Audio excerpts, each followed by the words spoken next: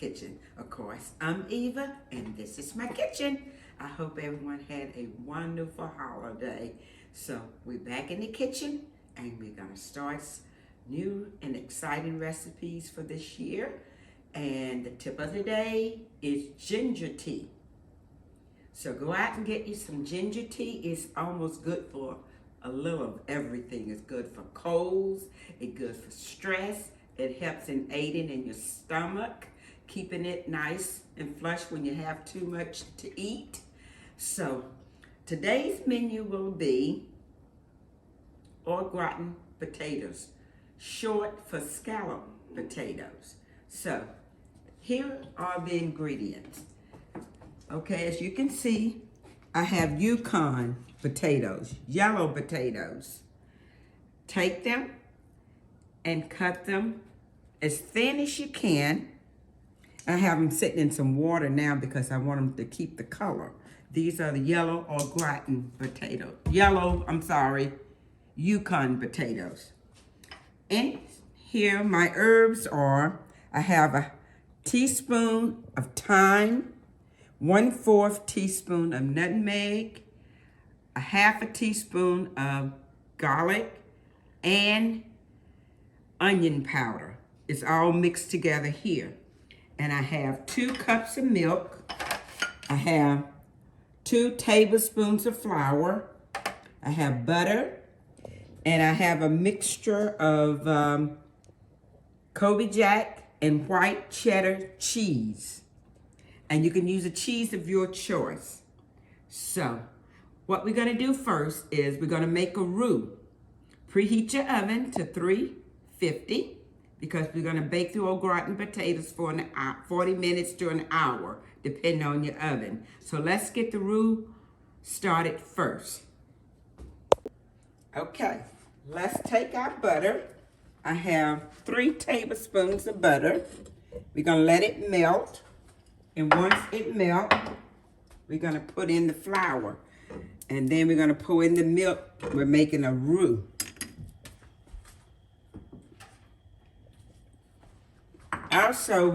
We're going to put a little cheese in there to thicken it up to make the roux. So let's get the butter all melted first. You know I love butter, right? And my milk choice is 1/2 and 1/2 because it's got milk and cream in it. That's why I always use the 1/2 and 1/2 because it's creamier and it gives your food a better taste. So we have 1/2 and 1/2 here instead of whole milk or 2% milk. So you know I cook sometimes and I make everything nice and rich. Okay, we got the butter starting to melt. We're gonna put in the flour. We're making a roux now. And this roux that I'm making now is also good for macaronis and cheese as well. You can make macaroni and cheese the same way when you're making a roux for your sauce to pour over your noodles. Okay, we're gonna put in the 1/2 and 1/2. Let it thicken. And I'm going to switch over to my whisk. Because I want to whisk this flour and make sure there's no lumps in it. Now if I need a little bit more milk, I might have to get a little bit more 1/2 and 1/2. I'm gonna turn this down a little bit because I don't want it, I'm cooking on low medium because I don't want to overcook it and I don't want it to thicken too fast. So I'm gonna stir. I'm gonna add in a little salt, sprinkle high. And I'm gonna put in some crushed black pepper.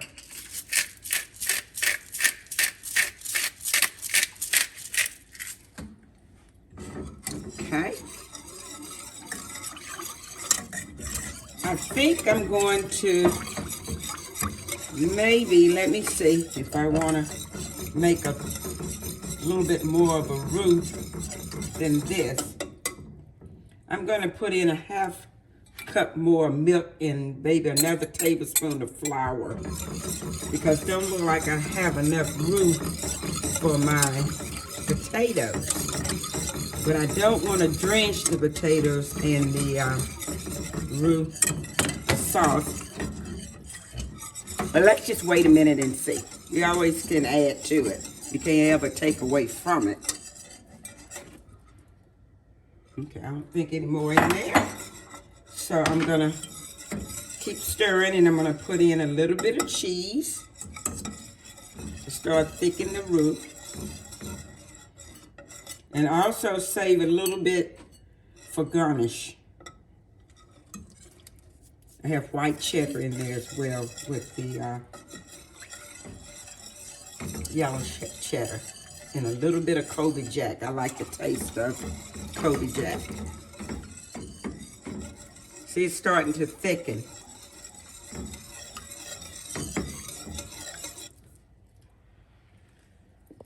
I'm tasting for seasoning. I'm tasting to make sure I have enough salt there.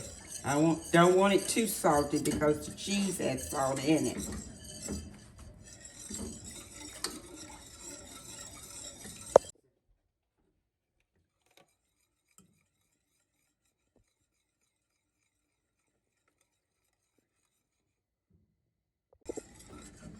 Okay, our roux is ready. Look, see?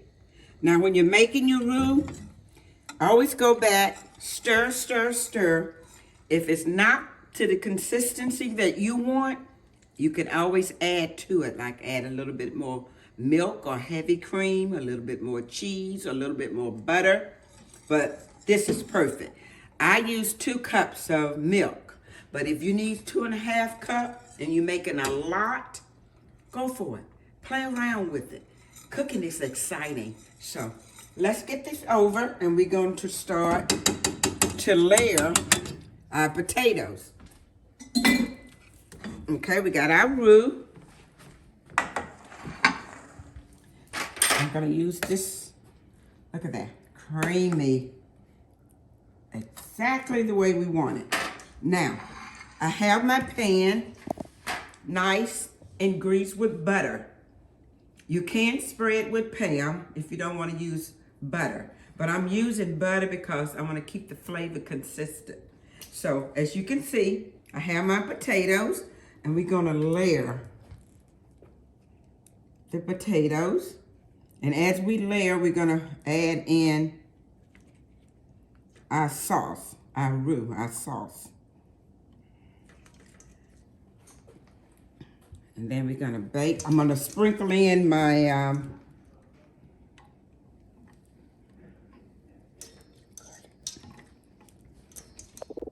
all right. Now we're gonna sprinkle in a little bit of our seasoning over these potatoes, just to flavorize the potatoes. Okay. And I didn't tell you, but being the southerner that I am, I love onions. So I saute some onions. So I'm going to put a little bit on the bottom layer. This is the only layer that's going to get onion. And I saute them in olive oil. So, because I love onions. So I got to have a little bit in my au gratin potatoes. But if you don't like onions, leave them out. Let me get a paper towel.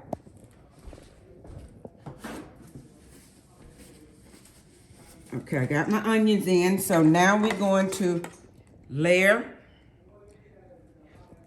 the sauce over the potatoes.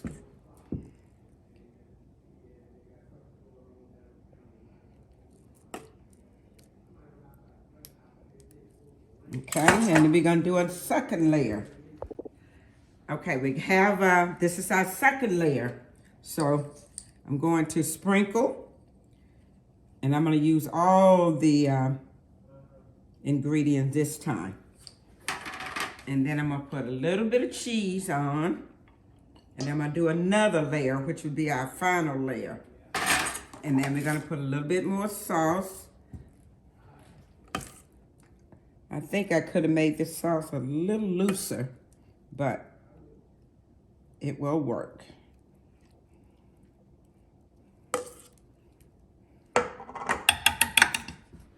Okay, now we're gonna do the bottom layer, the top layer. This is the final layer. We have our final layer of Yukon potatoes. And the reason I use Yukon potatoes versus baking potatoes or red potatoes, because Yukon hold their shape and they won't go mush on you when you're cooking them and overcook. They will stay nice and firm. And I'm gonna pour the final layer of sauce over the potatoes.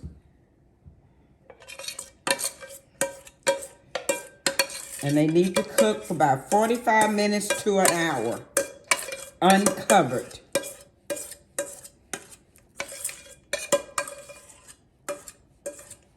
Let me get my spatula. My daughter don't like when I use a metal on metal. It seems to irritate her a little bit, so. And the spatula gets everything out. I try to get her to come on today and say hi, and we do a, what you call a selfie, but she wouldn't do it. She said next time. So we're gonna put our final cheese on it. Don't that look good?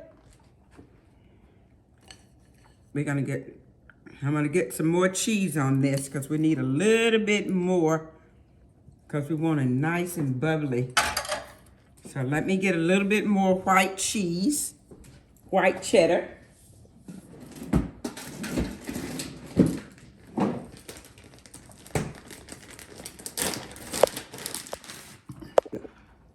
Okay, we got a little bit more cheese. I'm using white cheddar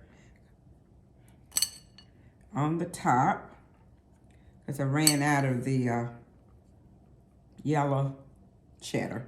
So this will work just as fine. We just want the flavoring of the cheese. Okay, so, okay, we're gonna put this in the oven. We got it at 365. I didn't put it at 350. So I'm gonna monitor it in 30 minutes and we'll be right back. Okay, let's take a look and see if it's ready. Oh, it is ready. Delicious. Whoop, it's ready. Okay. Scalloped potatoes. Okay, this is our garden potatoes, scalloped potatoes down south. So let's give it a try and see what it tastes like. Just gonna take a little bit. You can smell the butter, the nutmeg.